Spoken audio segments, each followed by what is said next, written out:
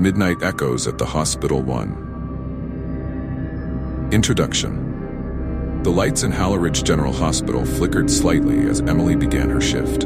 It was her first week working the night shift, and while she was eager to help, there was something off about the place. Hallowridge had a notorious history, something the staff rarely spoke about. Emily noticed it in their tired faces and the way they avoided certain conversations. As Emily passed by the nurses' station, she overheard a brief conversation between two seasoned nurses. "Think we should tell her?" one asked quietly.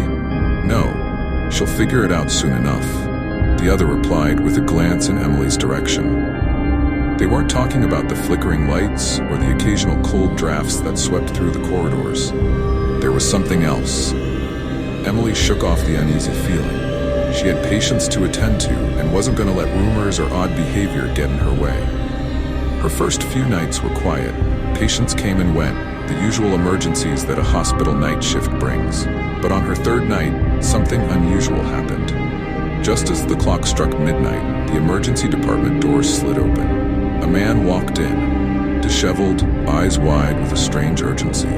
His clothes were wrinkled, and there was something unsettling about the way he moved.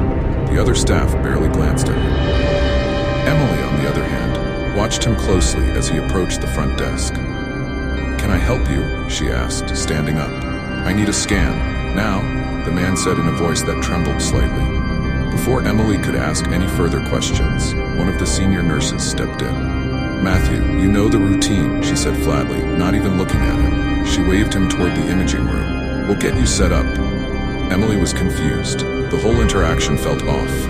The man, Matthew, looked genuinely ill, yet no one else seemed concerned. She caught another nurse shrugging as if this was normal. Emily followed them as the nurse led Matthew to the imaging room. The scan was completed quickly, and the results, strangely, came back normal.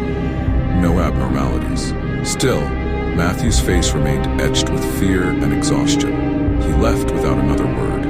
Later that night, when Emily approached the senior nurse, she asked, "Who was that?"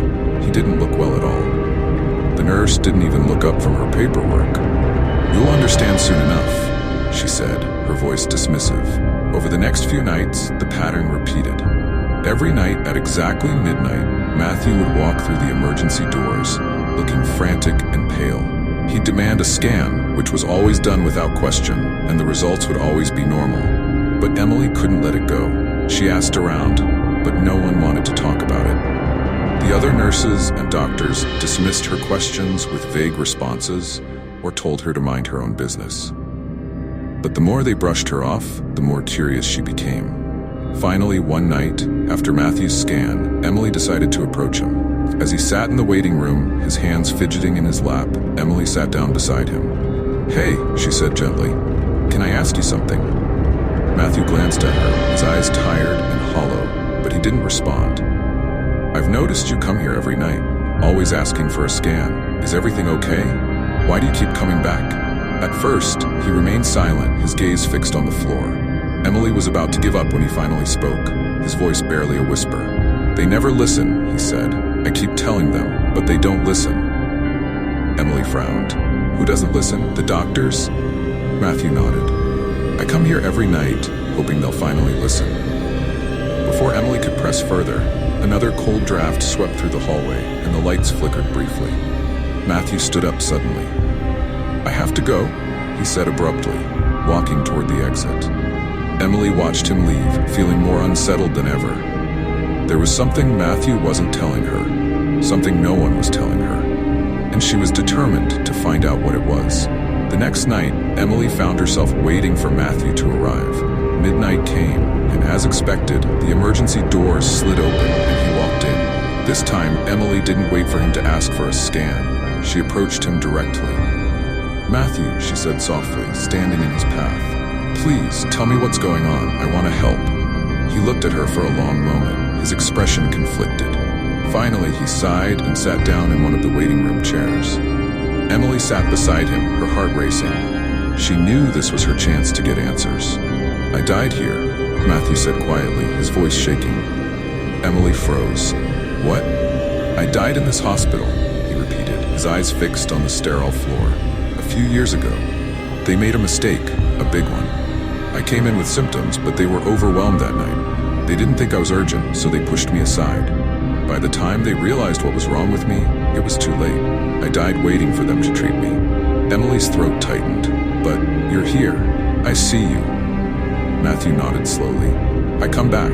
Every night I come back, hoping they'll finally do something, but they never do. They just run the scans and tell me I'm fine. It's like they don't see me for what I am. Emily's heart pounded in her chest. Matthew wasn't alive. He was a ghost, trapped in a loop, forced to relive his last moments over and over again. The weight of his story settled heavily in her chest. They never admitted their mistake, did they? Emily asked softly. No, Matthew whispered. They covered it up. They didn't want anyone to know. Emily couldn't let this go. After hearing Matthew's story, she began digging through hospital records, staying late after her shifts to comb through old patient files. She had to find proof of what happened to Matthew. Days passed, and the hospital seemed to grow colder, darker. The strange occurrences during her shifts became more frequent. Flickering lights, malfunctioning equipment, and that ever-present chill in the air.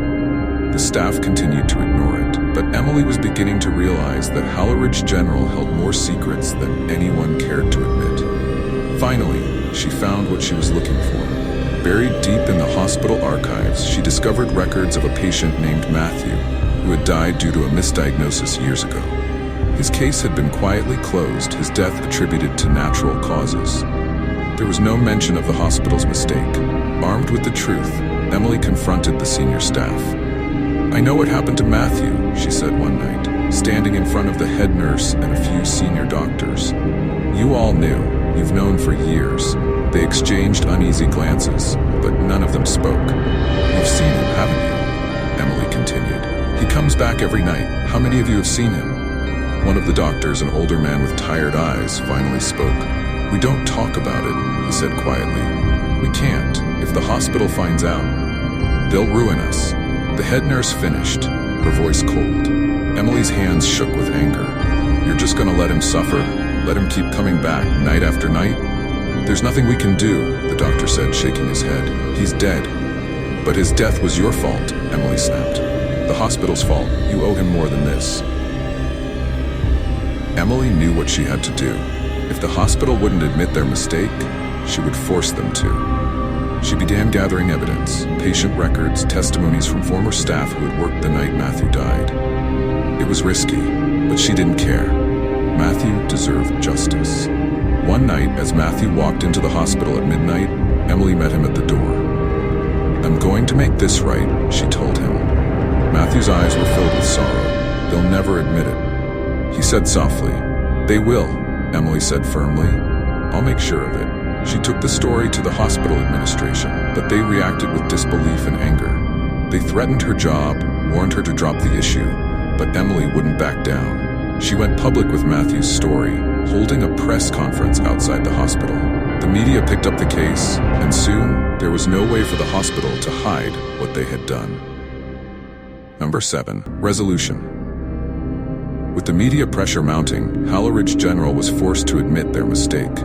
They issued a public apology for Matthew's death, acknowledging the negligence that had caused it. That night, as Emily walked the halls of the hospital, there was a strange stillness in the air. She hadn't seen Matthew all night.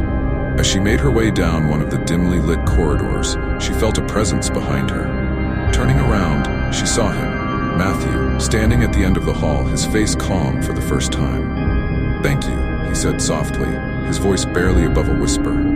Emily felt a lump in her throat as she nodded. You can rest now. Matthew smiled faintly before fading into the shadows, leaving Emily standing alone in the quiet, empty hallway. From that night on, Matthew never returned.